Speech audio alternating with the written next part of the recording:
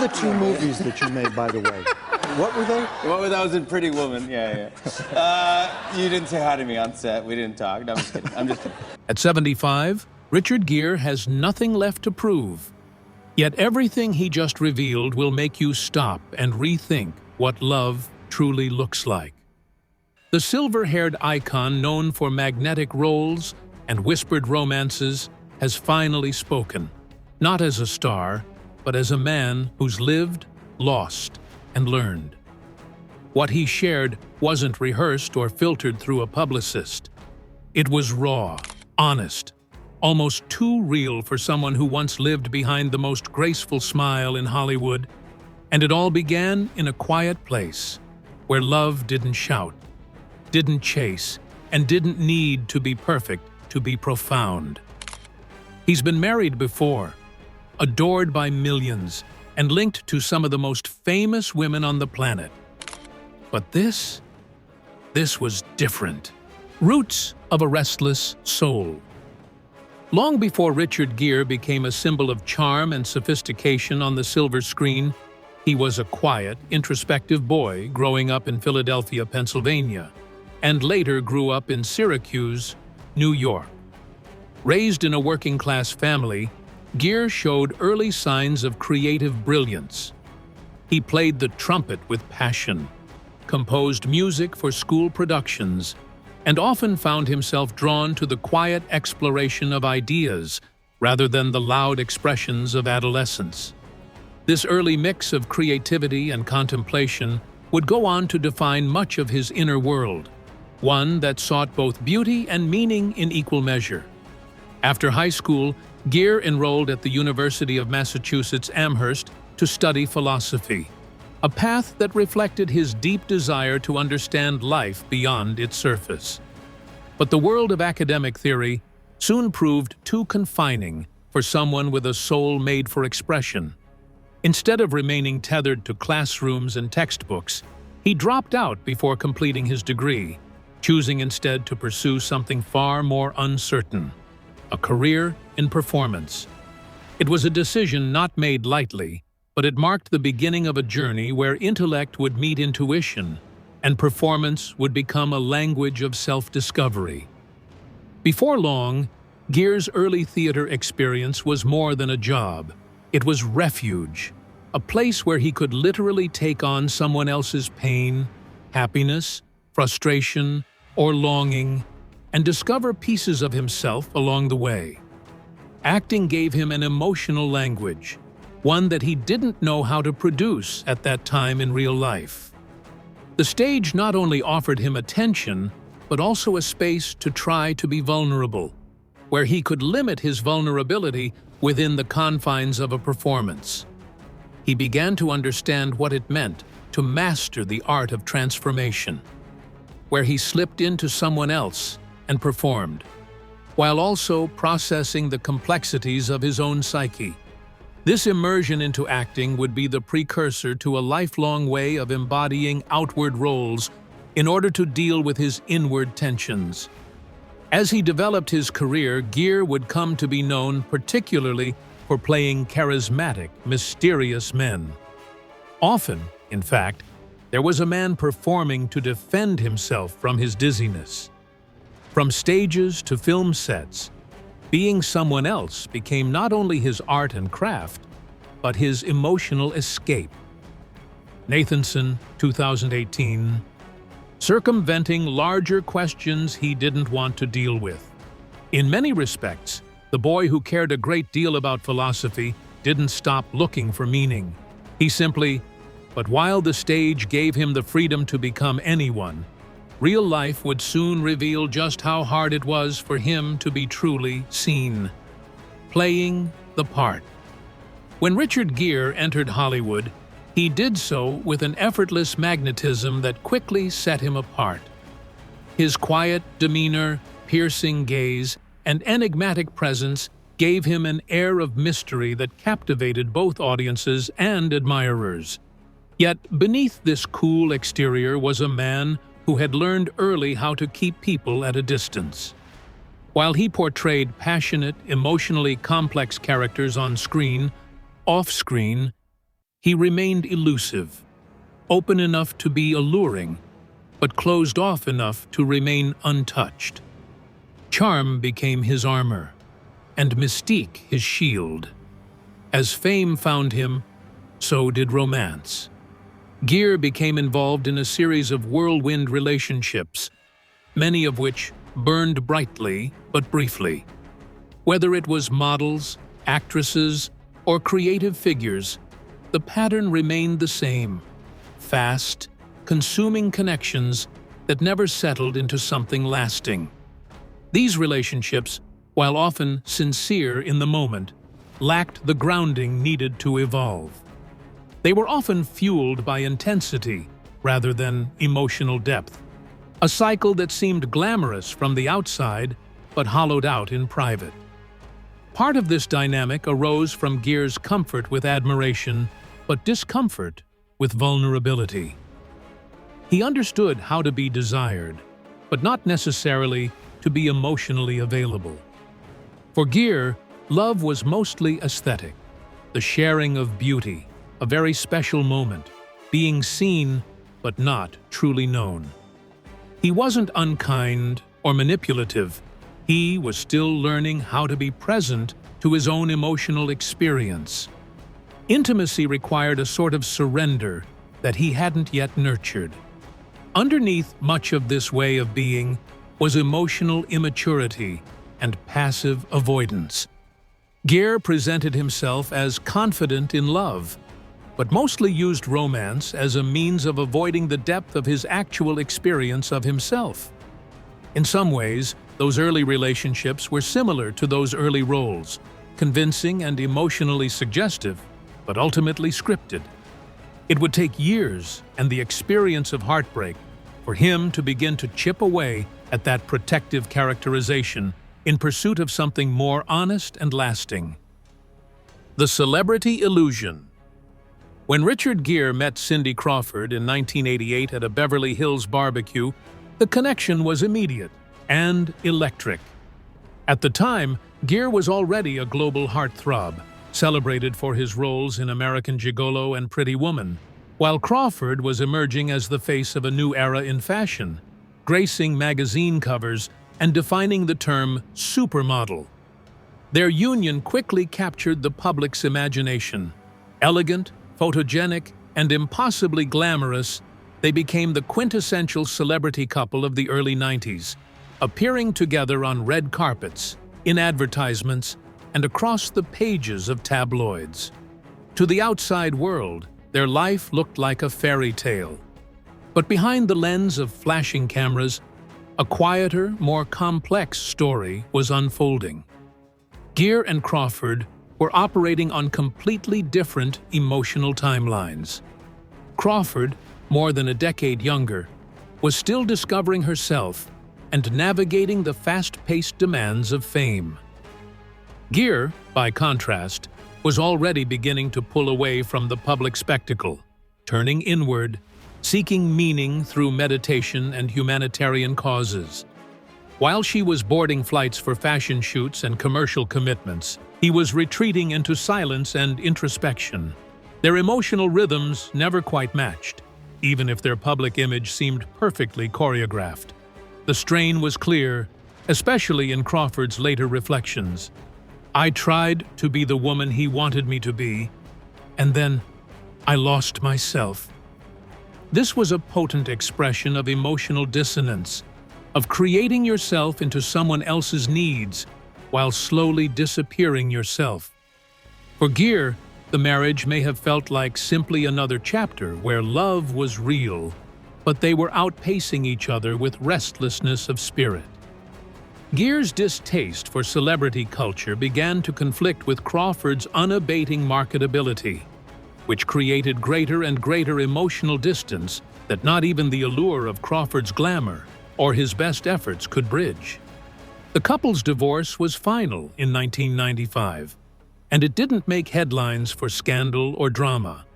Instead, they soaked the divorce to a quiet dignity, as far removed from tabloid sensationalism as possible. No public exploits, no wild remarks, no custody fights, no courtroom catfights. The story confused the media. The media were left with nothing but more questions. How could such a perfect couple merely unravel? The answer was not the onset of betrayal, but timing. They were just two people, both genuinely endeavored in good faith, but permitting the realities of life to move them in different directions, one still flying and the other ready to land. Their love was not a lie. It simply belonged to a moment that had passed. Life with Carrie Lel. After the high-intensity relationships and public spectacle of his earlier years, Richard Gere entered a new chapter with actress and former Bond girl Carrie Lel, a chapter marked by a conscious retreat from the spotlight. Their relationship was grounded in a mutual craving for stability and calm. By the time they began dating in the mid-1990s, both had experienced the pressures of public life and sought something quieter, more grounded. Together, they envisioned a life far removed from red carpets and camera flashes, a life where love didn't need to be performed, only lived. In 2000, Gere became a father for the first time at the age of 51, when the couple welcomed their son, Homer. It was a transformative moment for a man who had long wandered through life as a romantic nomad. Fatherhood brought new depth and purpose to his world.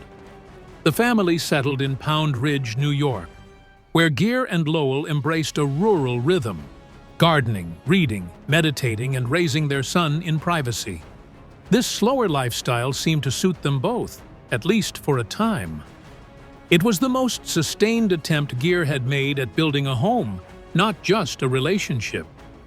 Even in that peace, I felt some currents of discomfort. Gere, introspective and seeking spiritual connection, was becoming increasingly inclined towards solitude, lengthy meditation retreats, long silences, and time spent among the spiritual practices of the East. Lel was more comfortable than Gere living a more muted life, but he also still needed personal interaction, social energy, and presence. Over time, what started as shared sanctuary began to feel less like two people who lived together and more like two people who lived beside each other. They still occupied the same home, but emotionally, they were starting to take their own orbits. When Lel filed for divorce in 2013, after 11 years of marriage, it was not with anger, but recognition of an expanding gulf. It was not include the words scheme, divorce with scandal, or betrayal. It was divorce, a slow and deliberate recognition that the two had been slowly diverging. They probably had created a loving and beautiful life together, but not one that could accommodate both of their changing needs. The divorce process took 3 years to finalize, mostly due to financial issues. But let me remind you, their divorce represented an important truth. Love does not always fade because of conflict, but because two people develop, and their previously developed life no longer fits their current conditions.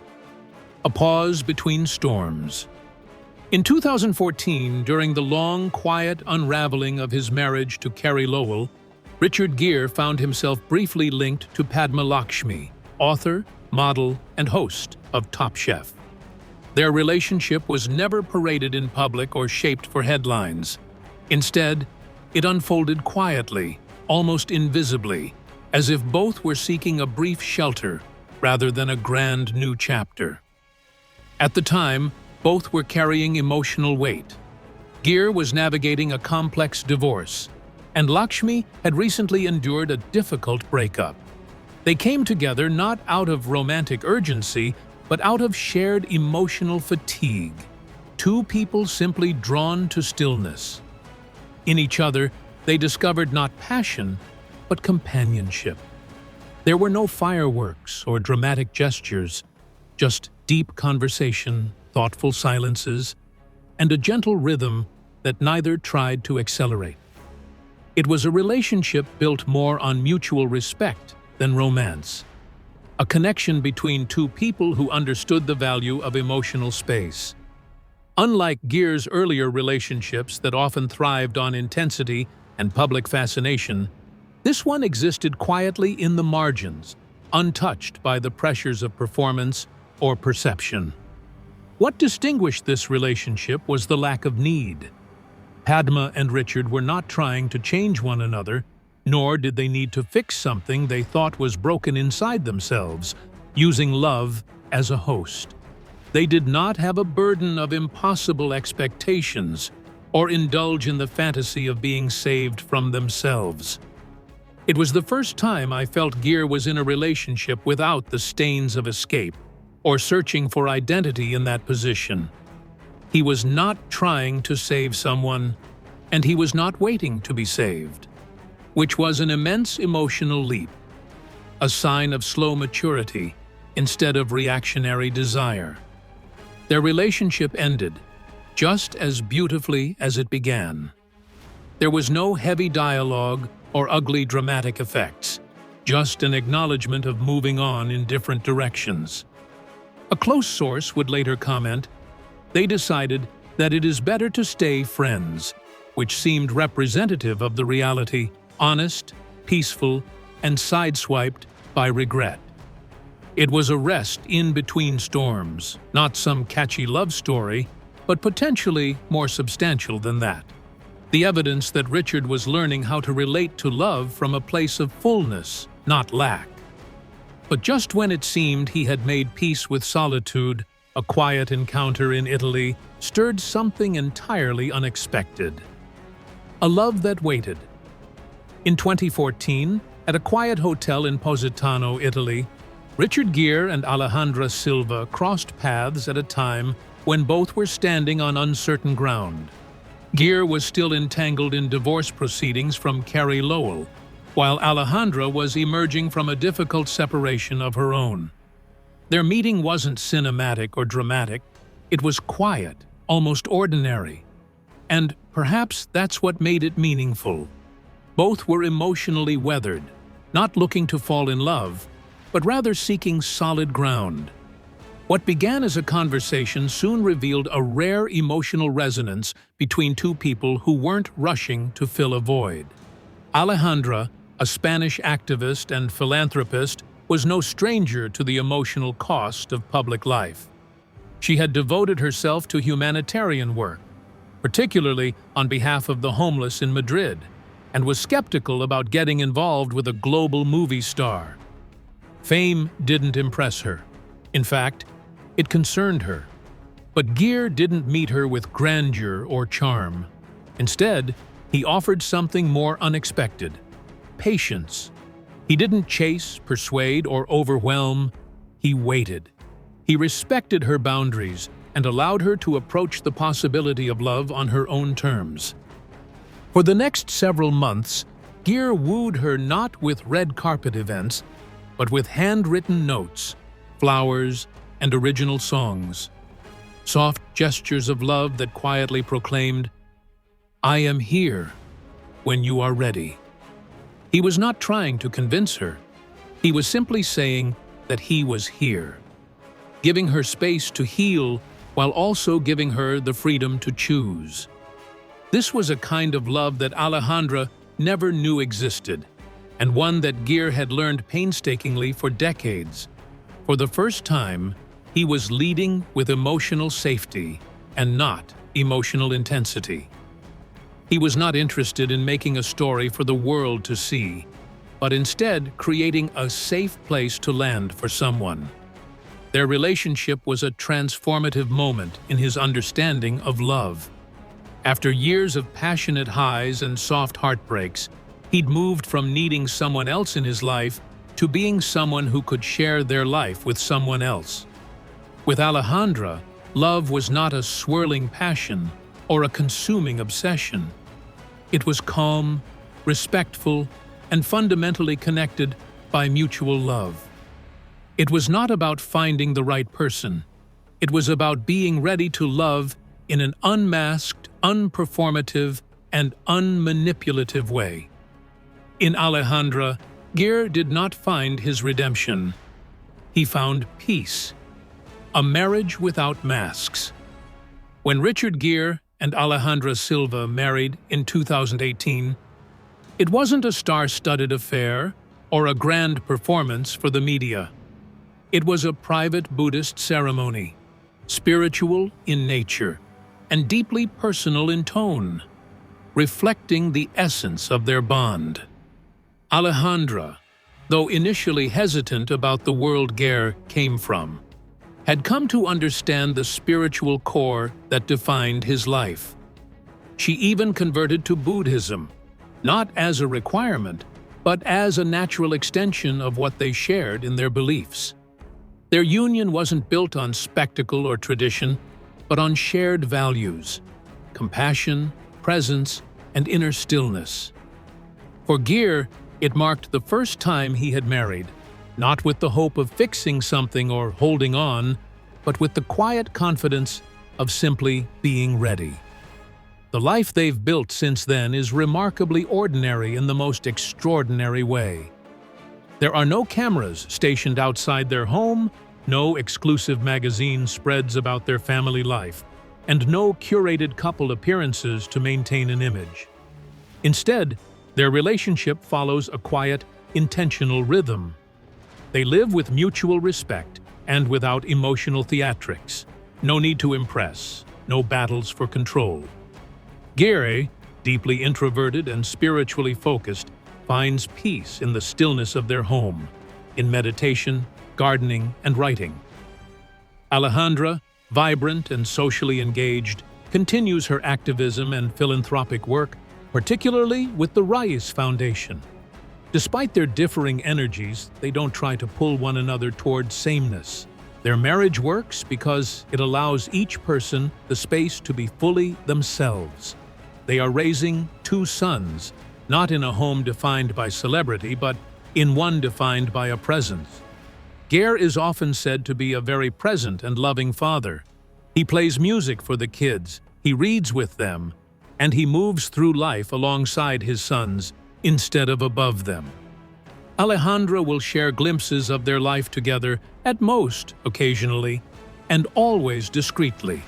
A walk in the woods, having a moment of silence under the sun. A birthday cake without press. Their children are not manifestations of a brand. They are simply private kids, loved and nurtured in privacy. In a time when family life is showcased, Gere and Silva counteract this by protecting the sanctity of the everyday and putting it out of public view. What stands out most in their marriage is the tremendous trust that underpins their marriage. Alejandra doesn't try to pull Richard out of his contemplative space, and Richard doesn't try to squash Alejandra's activism and social presence.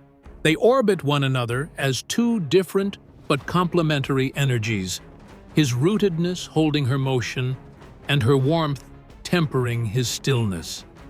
They just walk together without trying to unify into one unit. They walk side by side as 2 whole people who trust and choose to connect, not depend on each other.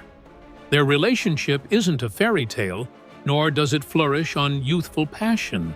Rather, it has matured as a result of life experiences, mutual understanding, and presumably the less common say-so to just let it be gentle, quiet, and real.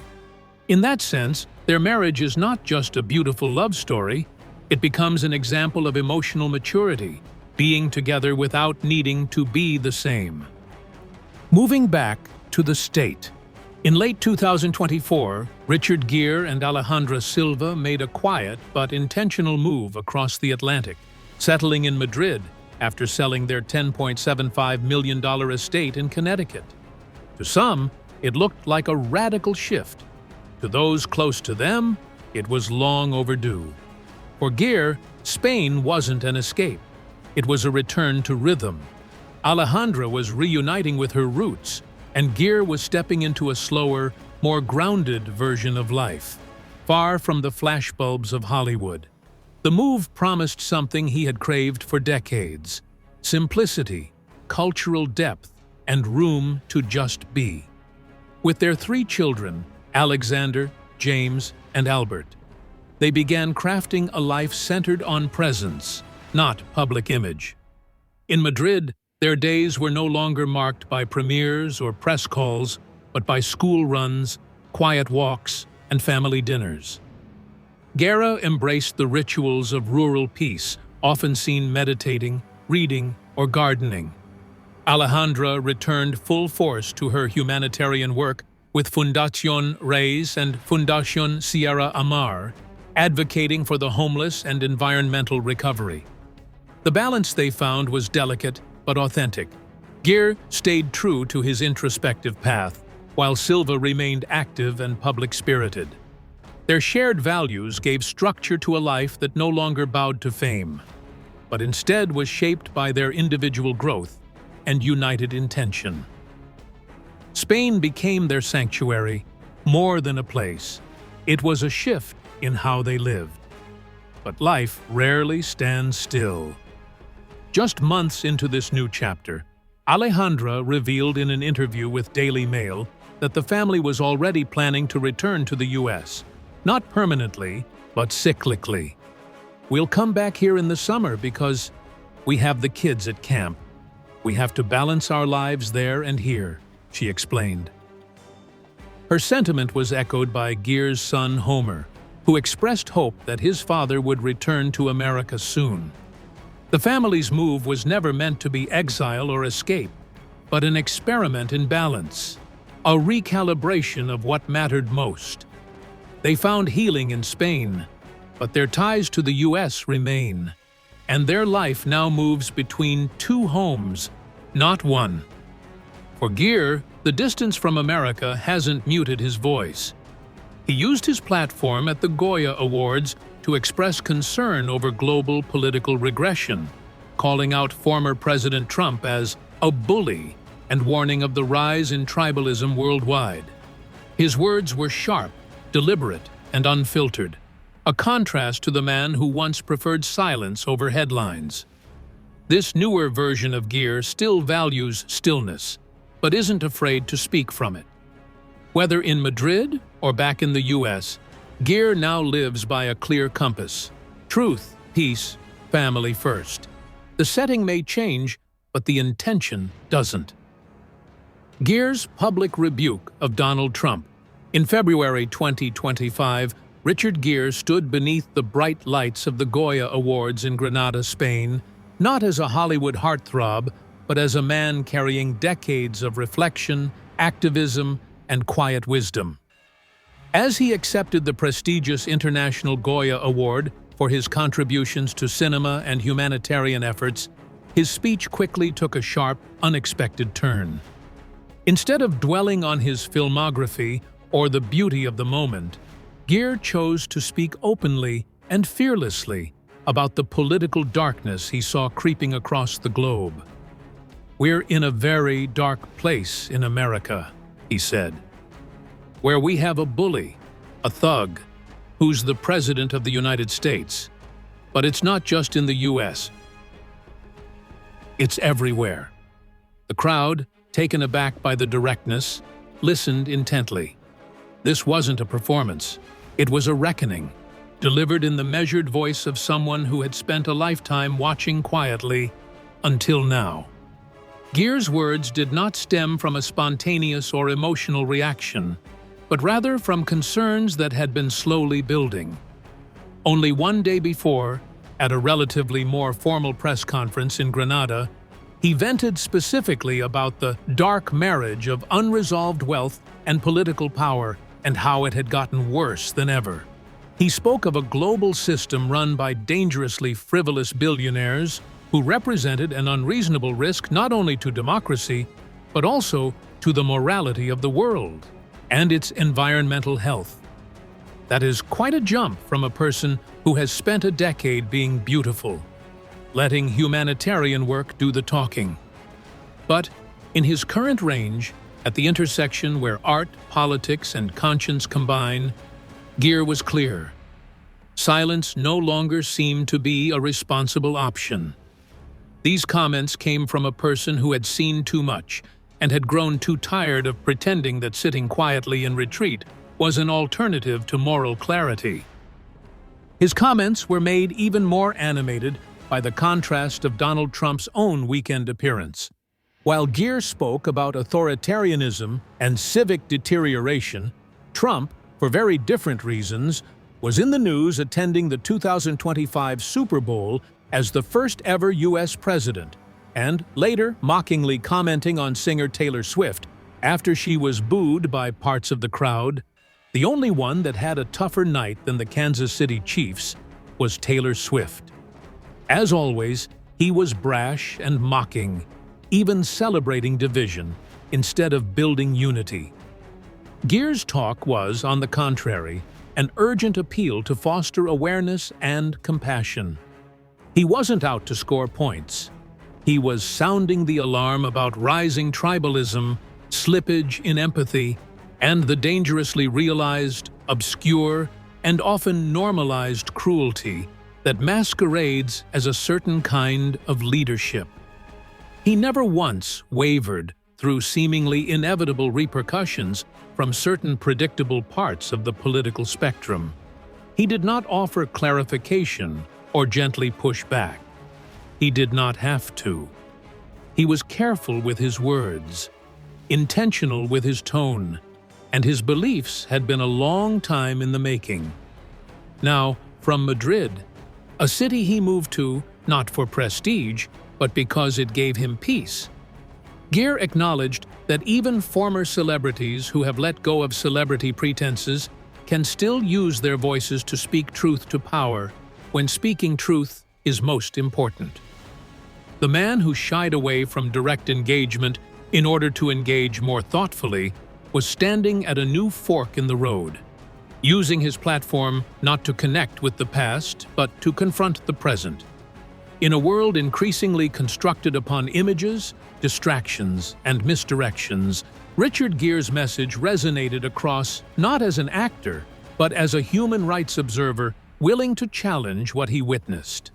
But just as his bold words stirred headlines, what followed would quietly reveal the deeper meaning behind everything Richard Gere had become: a legacy of purpose.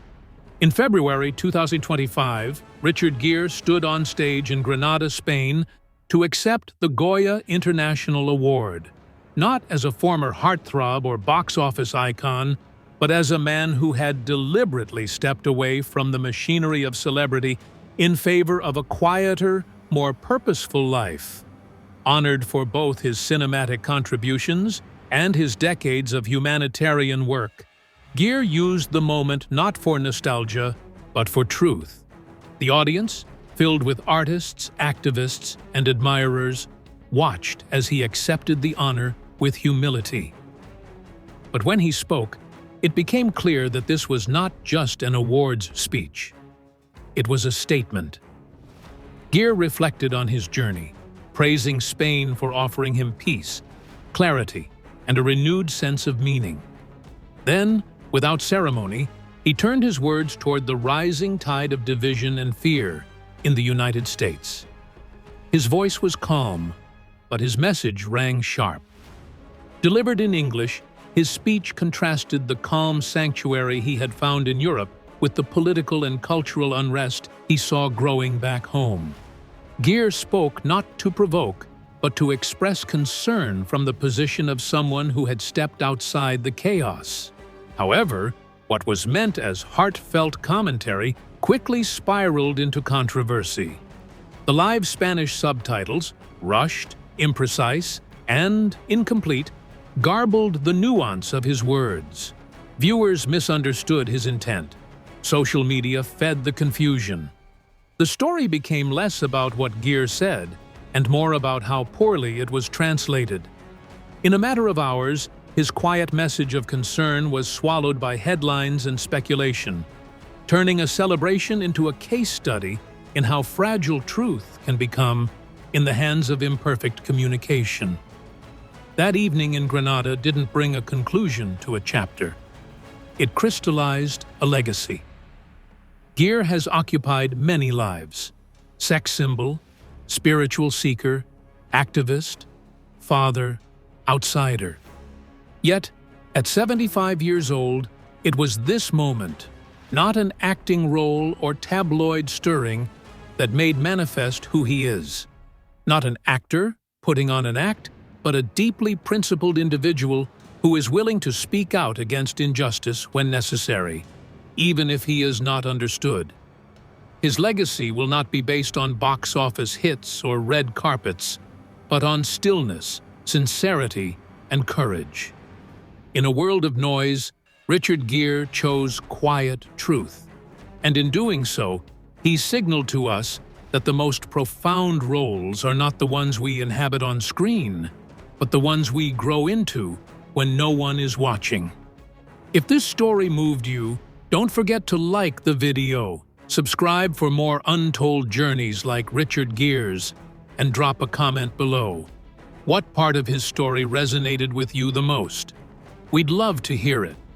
And before you go, make sure to click the next video on your screen. There's another incredible life story waiting for you right now.